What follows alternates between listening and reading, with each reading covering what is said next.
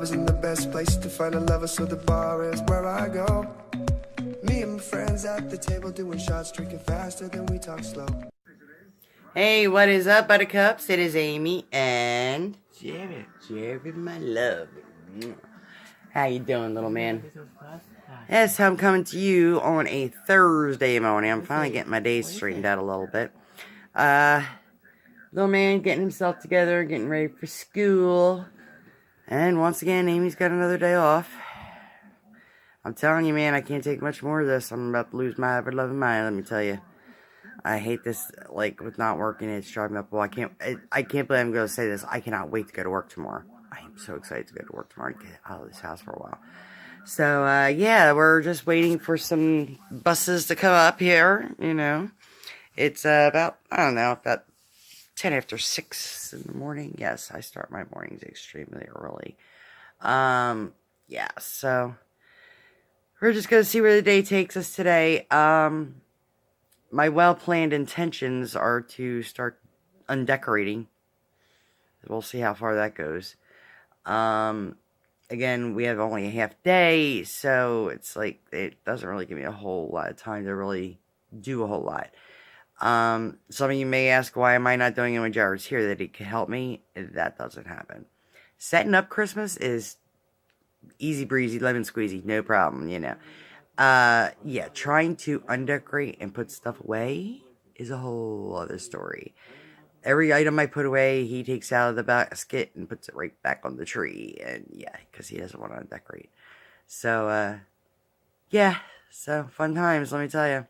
So usually when I do undecorating, that's when I have to make sure he's at school, like, for a full day. So I can just go and get it all done instead of fighting with him, putting stuff back in the boxes and stuff like that. So, we'll see. We'll see where I might even just, like, start small, get all the other crap together first, like the Christmas village and all that crap, and, you know, then kind of go from there. So, yeah. So right now we're going to be waiting for the bus, and, we'll see where the rest of the day takes us. Alright, so we're sitting here, we're waiting for the bus right at the moment. Little man's busy stimming in a reflection on the wall. Jay, what the rules? And we use our, not our, and there's no, and no, and no, and we keep our. Very, very good. Very, very good. Yeah, so far so good. I mean, granted, we've only had half days this week, so there's really not too much to stress him out, I would think. But, yeah, he actually has been doing really well. With his behavior and everything else, like, everything has gotten really, really good for him.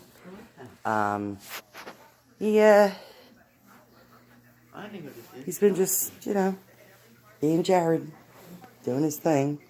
So, yep, so we're just gonna get this day started, get him up to school, and we'll see where the rest of the day takes us.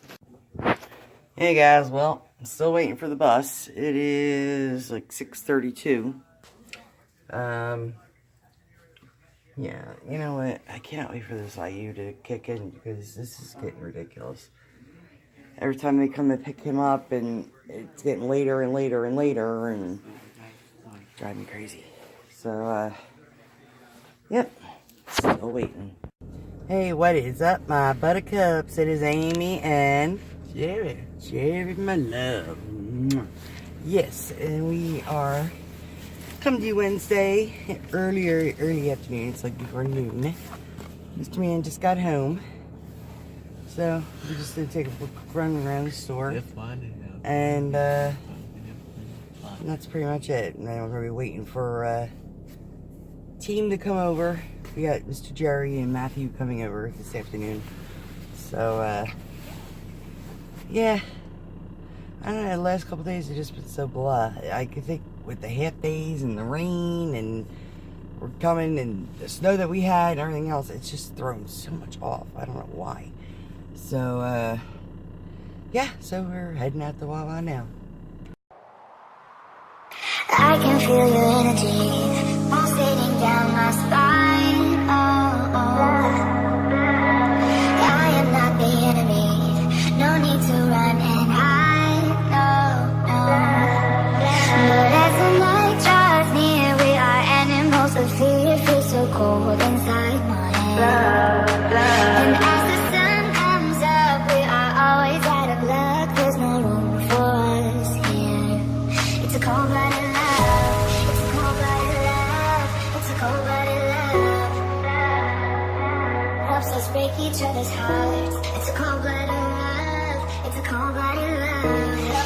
each other's heart. It's a cold-blooded ride.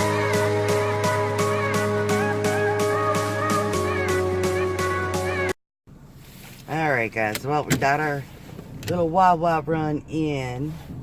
Now, because Mr. Man showed interest, he wanted a donut. So, I told him, I said, we can go to Dunkin' and do the donut. And just so you know, I know like a couple weeks ago I did a rant about them. The only reason I am even going to Dunkin' Donuts right now is because I still got like almost 30 bucks sitting on a gift card from that debacle. So I'm not going to waste the money on the card. They're not going to return it to me. I've called that corporate office number twice, left voicemails, no one ever got back to me. So it tells you how communicating they are. So the only thing I can do is just use whatever's on there. I'm hungry for coffee. I know Wawa's got their coffees for like $1 a pop now, but they're going to put money out of pocket when I got money in Dunkin' already. So we're heading over there. We're going to get some donuts, and I'm just going to get some coffee to wake the heck up. Hey guys, alright, so we did our Dunkin' run, and we got donuts. And didn't get a dozen this time though, because last couple ended up using his hockey pucks. So we only got a couple, for next day or so. So yeah, did that, got my cafe and all that great stuff. Thank you. And once in a while you get nice people to let you out, you know. So now we're just gonna head home, and we're gonna take a chill pill, figure out what little man wants for his dinner, or for lunch actually. What do you want for lunch, dude? Are you hungry? What would you like mommy to do for lunch? Guess we'll figure that out in a minute, like we got it now, right? Yeah, so we're home, we're doing our thing. I come in the living room. Little man decided to pull out his DS. I haven't seen him play with his DS, and I couldn't tell you how long. It's been forever. So, yeah, and it went up to a pretty warm day today. It got up to about 50 degrees, believe it or not, here in Pennsylvania. And guess what? Almost all of our snow is gone that quick. I mean, literally 2 days ago, there was like a foot of snow out there, and now, like, all you see is green grass. I mean, I still got a lot on my lawn, because for some reason, when they shoveled, they felt they had to put all their stuff on my lawn. But whatever, it doesn't matter. I got extra water, so my lawn always needs extra water, so that'll look really nice in the springtime. Oh my goodness. And that must be the new neighbor. We got a new neighbor. And I love my neighbor, Gloria. Shout out to Gloria. She doesn't really go online, but it's so worth it. But this neighbor down here, they have labeled her the drunk. Miss Gloria was telling me that, the one's walking this way. I don't want her to catch me filming her. Normally, our neighbors are, not very interactive. Very, very weird people. Let me close the door for this woman thinks I'm going to try to her, because she's a little on the paranoid side. I don't want to be a little too obvious, you know. Hey, Jay. So what made you decide to play DS? I love watching you play some of your older toys. Actually, that was something that was given to him from Emily. So, and actually, he got something else pretty cool for Christmas. He got good old-fashioned Nintendo, Super Nintendo. Problem is that we need to get an HDMI cord for it. So what I need to do is have Miss Emily either pick one up. She actually works at GameStop. Talk about, like, the luck of the draw. So I'm going to see if there's a way she could pick up an HDMI cord. And maybe she can hook it up for more when she comes up. So, yeah, my sink full of dishes. The kitchen doesn't look too bad. I mean, it's really overly packed right now. Because my kitchen, I don't know if I've ever really videotaped the whole kitchen. Like, that's it right there. Like, that's all the cabinet space that I have right there. Everything else is just blank walls and crap hanging on the walls. I would love to be able to get a pots and pans rack to hang from the ceiling, like against, like going on this side of the light, because that's most of my problem right there. I have no room for pots and pans. I end up either leaving them on a stove, or they get stuck in the oven, and when they get stuck in the oven, sometimes they're, what should I say, they're like in there for a while, so then when I want to go and cook something in the oven, I gotta empty everything out. It's a pain in the butt. So, another thing I might want to work on today, since I have 2 grown men coming over, I think I'm going to clean this table up and get it shrunk down to the original size. At least I'll have another adult here that can hook me up. So I might actually get that together so that way one of the bigger things is done, gives us a little bit more living room space. And then tonight, I think I'm going to start taking all this stuff down and packing it up and all that. So then if I have any motivation left over, I'll start taking ornaments off the tree. But like if I get all the other random stuff down first, like the lights at the window and stuff like that, and my little village and all that, yeah, that should work out pretty well. So we'll see how motivated I get. I have 2 case managers coming over, so I might as well make good little use of them. So I'm gonna go do my dishes. As you can tell, my pile is developing again in my dining room. But this here is, oh, I never even showed you this. One of my other Christmas gifts from my aunt. She got me a new deep fryer. Now, really nice deep fryer too, mind you. I really actually like it. That's it right there. Problem is, where am I putting it? I've got just crap on crap on crap in there, and I need to find a way to organize my kitchen a little better. All these cabinets are like completely jam-packed. Like, this is my spices cabinet, and my pasta cabinet, and Pop-Tarts. These are all my dishes. I mean, I'm sure I could organize this a lot better, and it would probably give me more room. That's all my canned goods. Yeah.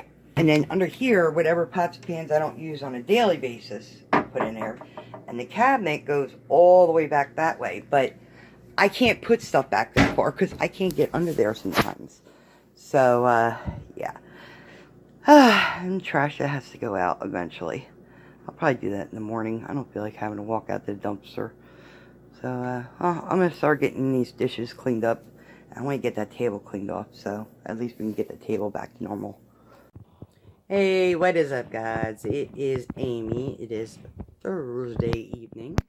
Yeah, been a kind of sort of eventful day. Mr. Man did very well. The meeting with Jerry and Matt went well.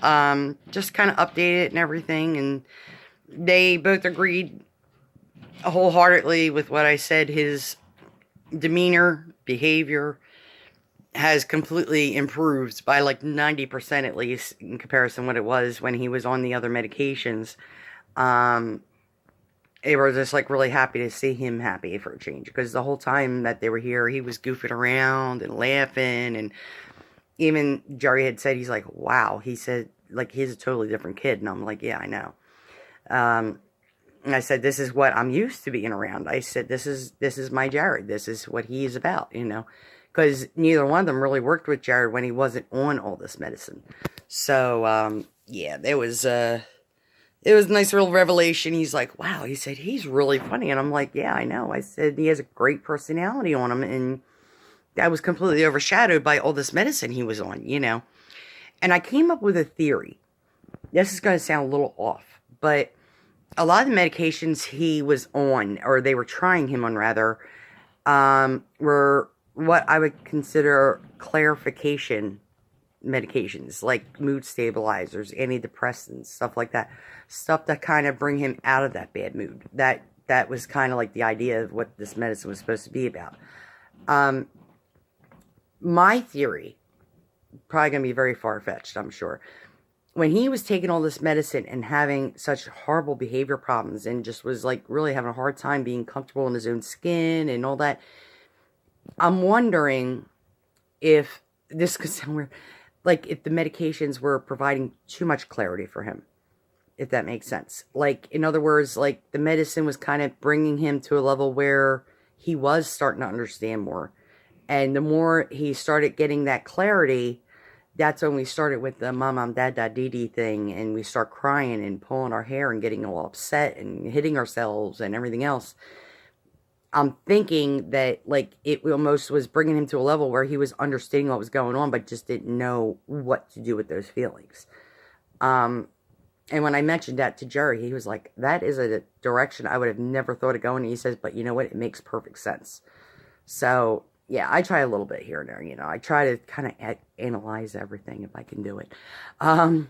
But, yeah, so we're, you know, we got done talking and everything. Jarrod had his dinner. He wanted grilled cheese. And I'm like, okay, you can have grilled cheese, whatever. So, as I'm sitting there finishing up his dinner, I get a phone call from my long-lost Auntie Mary, my dad's sister. She had left a message yesterday, but by the time I had gotten it, it was, like, really late, and I didn't want to call her too late. She has her own health problems and stuff like that. So, and I don't get a chance to talk to her that often, unfortunately. Ironically, her son, Michael, has twin children with autism, which is kind of like a little on the strange side, considering, you know, Jarrod, and now, you know, it's all blood relation, you know. So that's another reason why also there's a lot of thought that genetics has a lot to do with autism at this point. And then on dad's side of the family, there was quite a few, like, little things here and there with Alzheimer's and stuff like that. And it's all kind of associated in the same manner of the brain kind of a thing. There's no proof or evidence saying that autism turns into Alzheimer's or anything like that. There's no connection whatsoever. But the area of the brain that is affected by each of those conditions is the same exact area. So, like, it affects some kind of cortex of the brain. I forget what the heck the name of it is.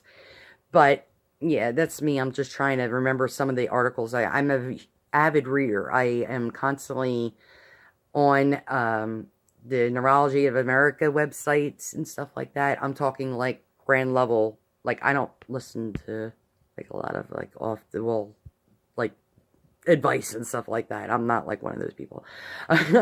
But, you know, if I get information, it's always from a professional, whether it be a doctor or a therapist or something like that. You know, that's usually 99% of the time where I get most of my information.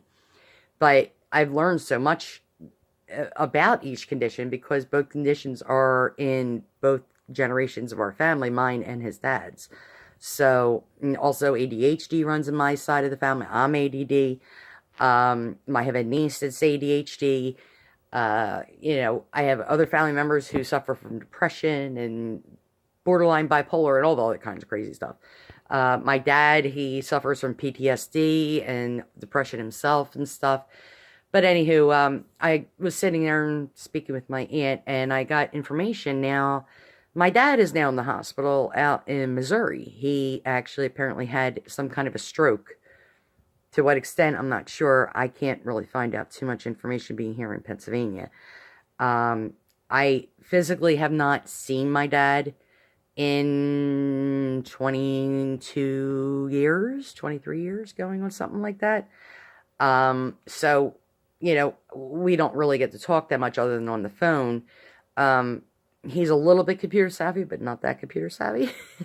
I've been trying to help him get things set up, and we've gotten a video FaceTime like once or twice for like a brief 2 minutes before we got disconnected. And the area in Missouri he lives in is extremely rural. Like, his next neighbor apparently is like 5 miles away or something like that.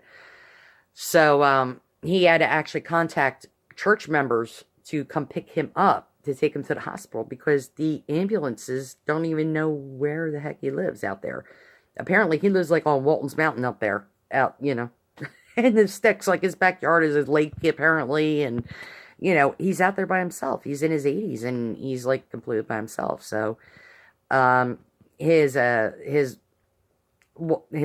most recent wife, who passed away, her daughter's is actually there at the hospital with him, which is kind of comforting that he has somebody there at least, you know.